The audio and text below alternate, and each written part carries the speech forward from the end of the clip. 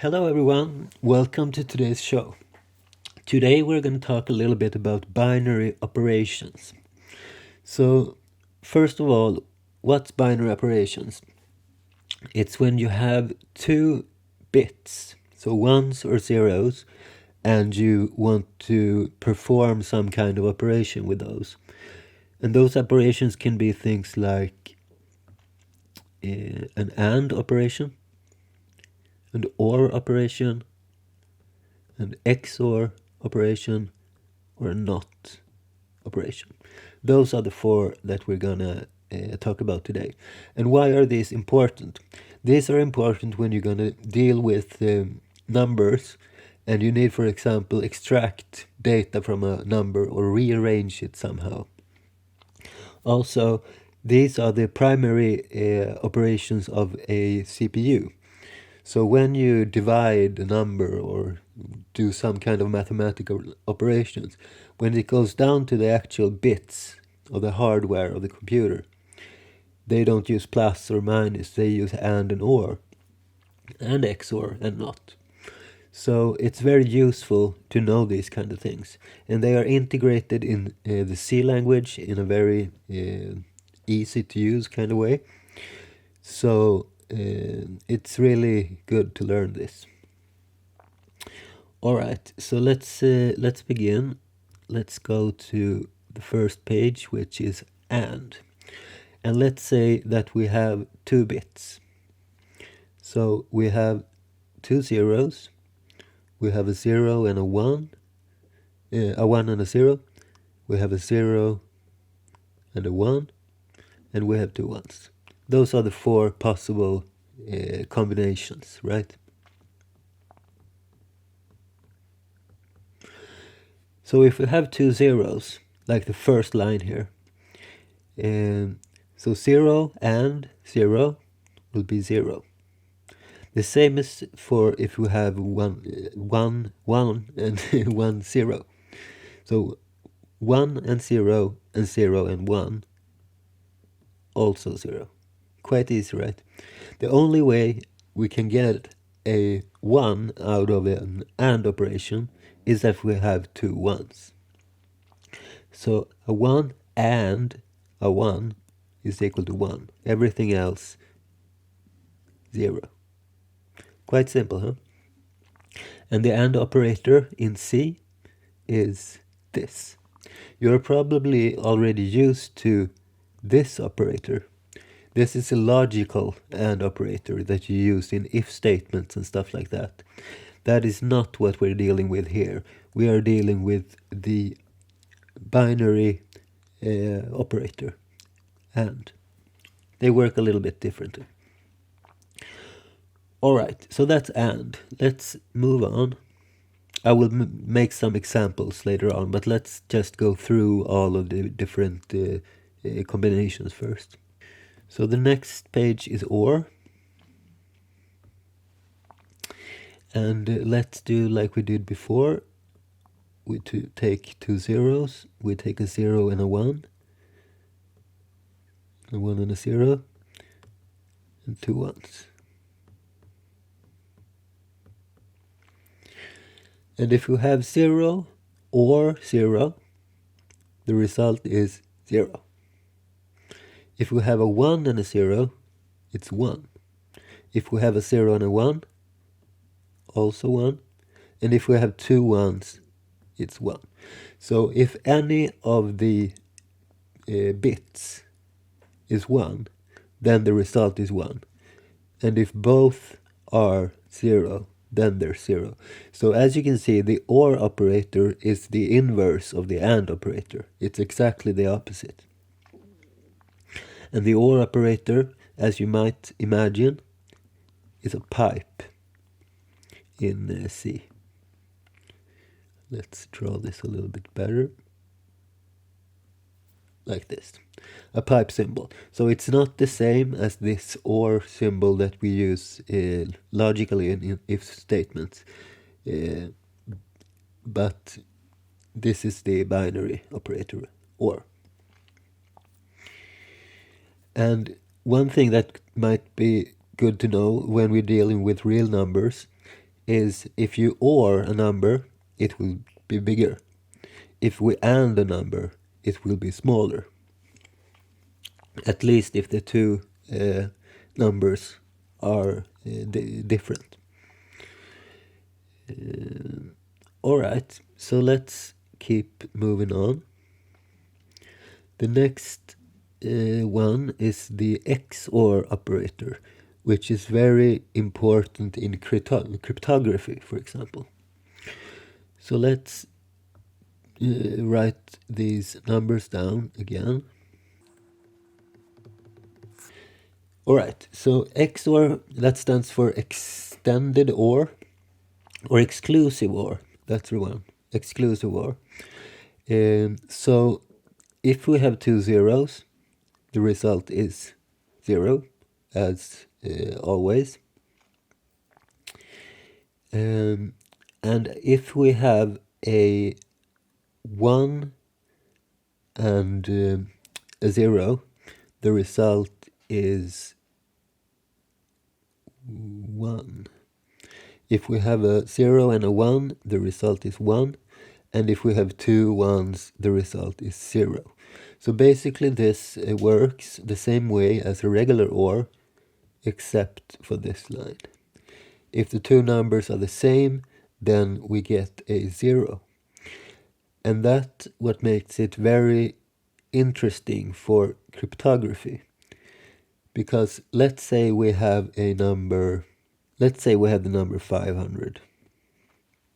And we OR this with some long key, a lot of different numbers, probably some kind of prime number. And we do an OR operation, an XOR operation. Then we get the number out. I will just type a number here. I'm not going to calculate this in my head. So let's say the result is 6913. Let's say that this is the result, and this is an XOR operation. Okay, so why is this interesting? The interesting thing happens when we begin with this number and we XOR it with the same key.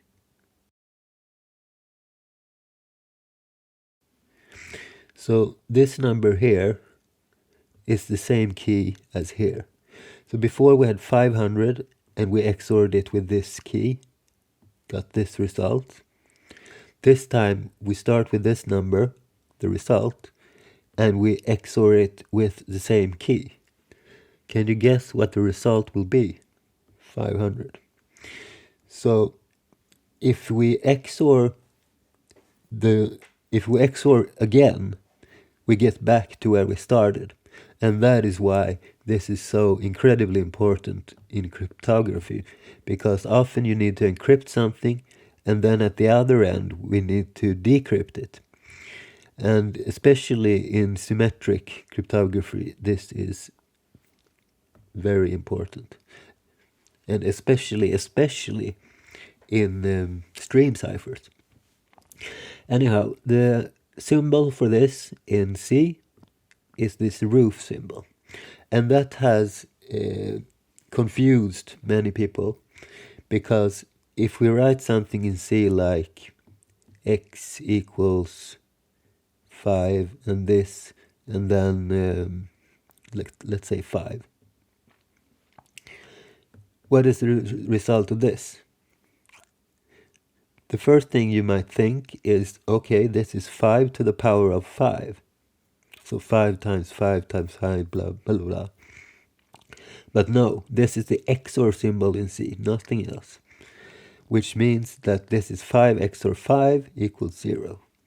So if you XOR the same number with the same number, you always get the 0. So how do you do something to the power of in C if you can't use this caret symbol? Well, there's nothing inside of C for that operation. You need to use library for that. There is in the C library though, not in the language itself, but in the C library. If you compile it with dash lm, the math library, then you will get the function which is called pow. So you do basically pow 5 5 like this, or you write your own loop function which will calculate this for you, perhaps a recursive function even. All right, that was a parenthesis to this lecture. But remember the caret symbol, that this is XOR in C. And then we'll go to the last one, which is pretty simple.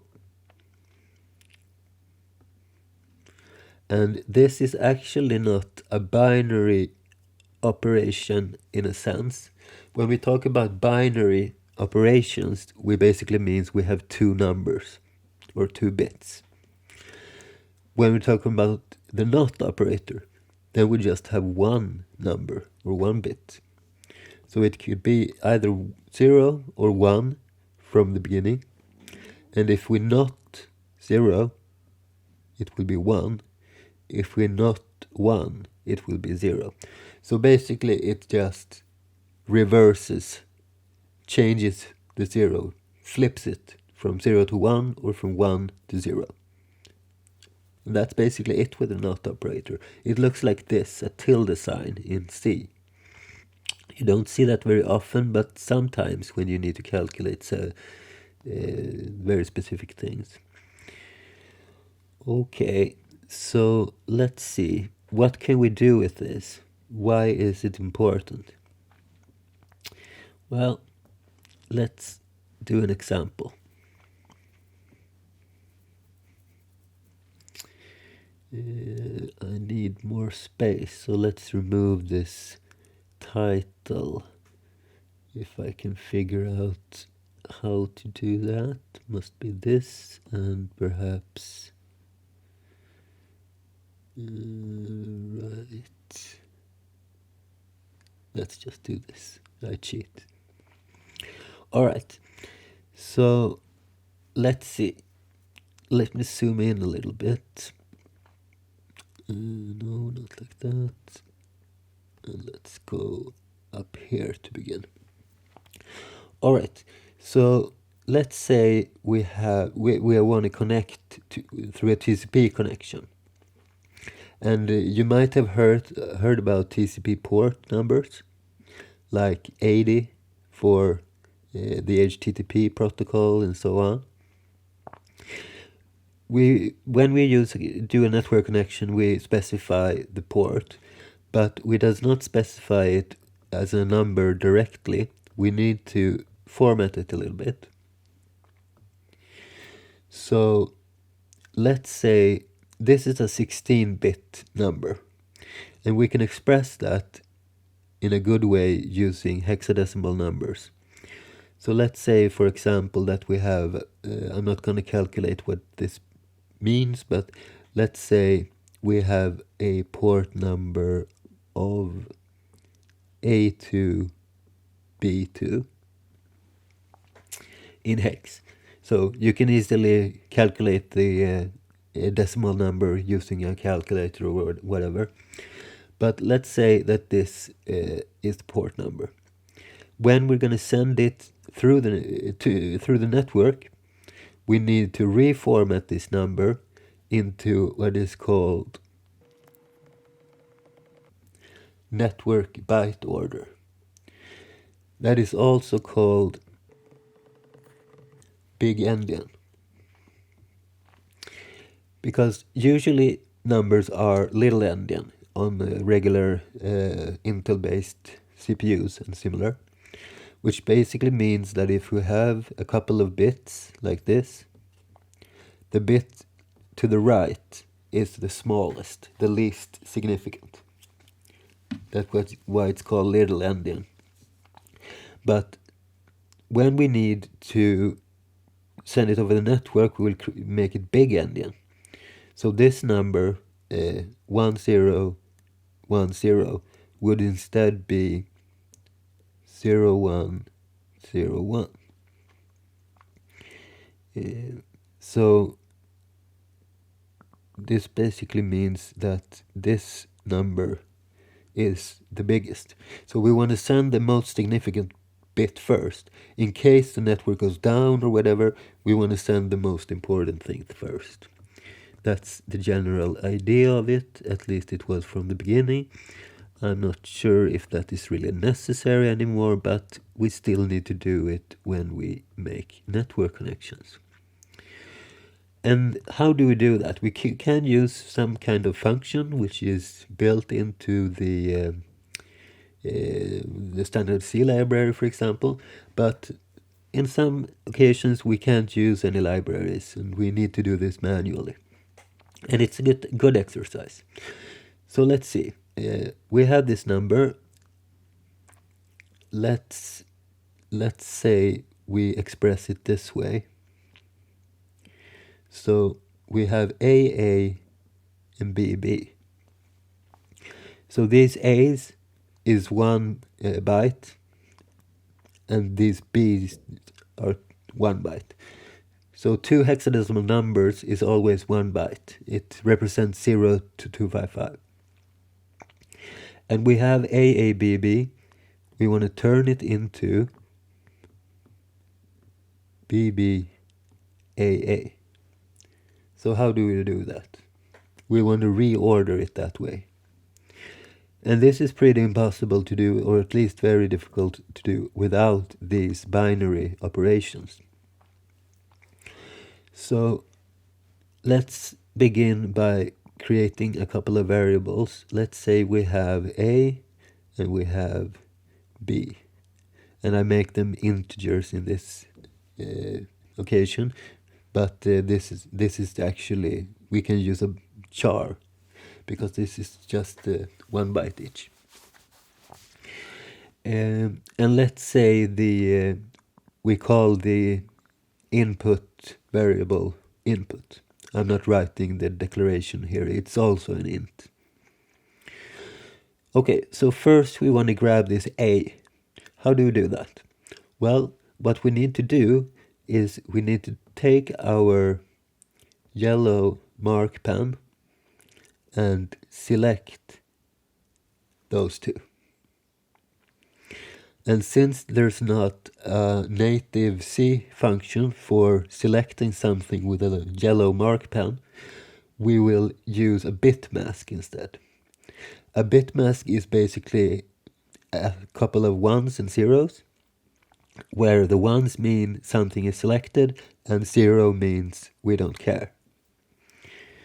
And if we turn this into hex, we can do this. So FF00. As you might know, F in hex, it's the highest possible number, which means if we turn this into binary zeros and ones, this F represents ones. So we have selected the A's and the zeros mean we don't care about the B's. Then we do an AND operation between those two. So the first step is, let's do it in 2 steps. So A is equal to input and this bit mask.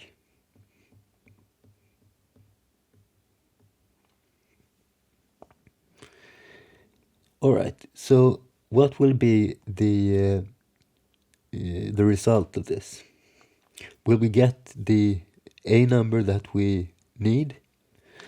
Well, if we do this AND operation, we will end up with a hex number of 0x AA00. So this is actually the wrong number because we can't remove zeros on the right when we're dealing with the binary. Same as we can't remove it if we talk about decimal numbers. So we need to push those A's to the right and get rid of those zeros. And then we need another binary operation that we haven't talked about until now, the shift. And it looks like this in C. And then you put a number, how many bits you want to shift. And how many bits are zeros in this case? Well, I just told you that 2 hexadecimal numbers is the same as a byte, and a byte is 8 bits. So we need to push those 8 bits. So this is if we write this on 2 lines, this is the entire thing. Because now we push those A's to the right, and all we are left with are the A's. Okay? So how do we do the B's? The B's are actually simpler, I would say.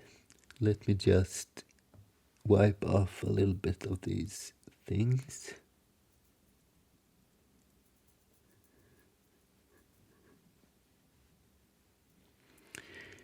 So remember, we started out with AA, BB. And this time we would like to select the B's. And how do we do that? With a bit mask. And the bit mask in this case would be 00FF, right? And since we are dealing with hexadecimal numbers, the zeros on the left can be removed. So all we need is a bit mask of 2 F's. And if we do the AND operation, in this case, what we'll end up with is 0x 00BB. And since we can remove those zeros on the left, we're only having the B's. So basically, if we do B equal to input and 0x FF, then we will have the correct B. And now we can simply merge those together in the correct order that we want. But how do we do that? We can't just plus them together or something. We need to do this a little more intricately. So we have the A's in one variable and we have the B's in one variable. So let's say we have an output variable, which is currently 0000. And let's say we want to put the A's right here. And if we use this format, then our A's is 00AA, right? So we need to push those A's 1 byte to the left and OR it together with these zeros. So basically the operation will be output equals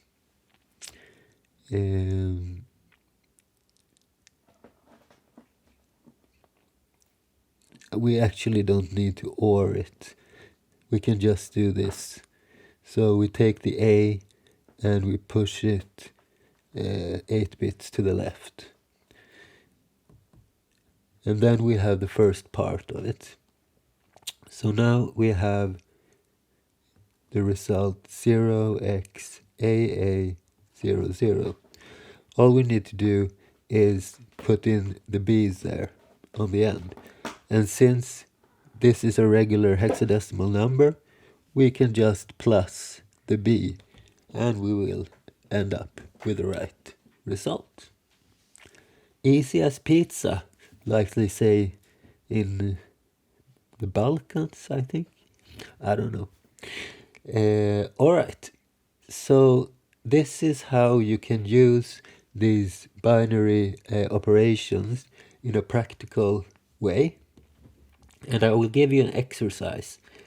Try to do the same. Let's see.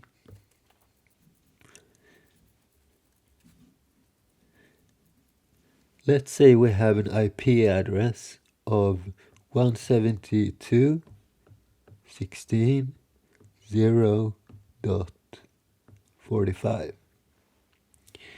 And you can think of each of these fields as a 8-bit number. So this is 0x something, this is 0x something, etc. So turn this into hexadecimal, and then you try to rearrange this IP address into network byte order and put everything into a regular int. And yeah, I think that's all for today. Don't forget to like and subscribe if you like this episode and want to see more. And thanks for watching. Thanks for today.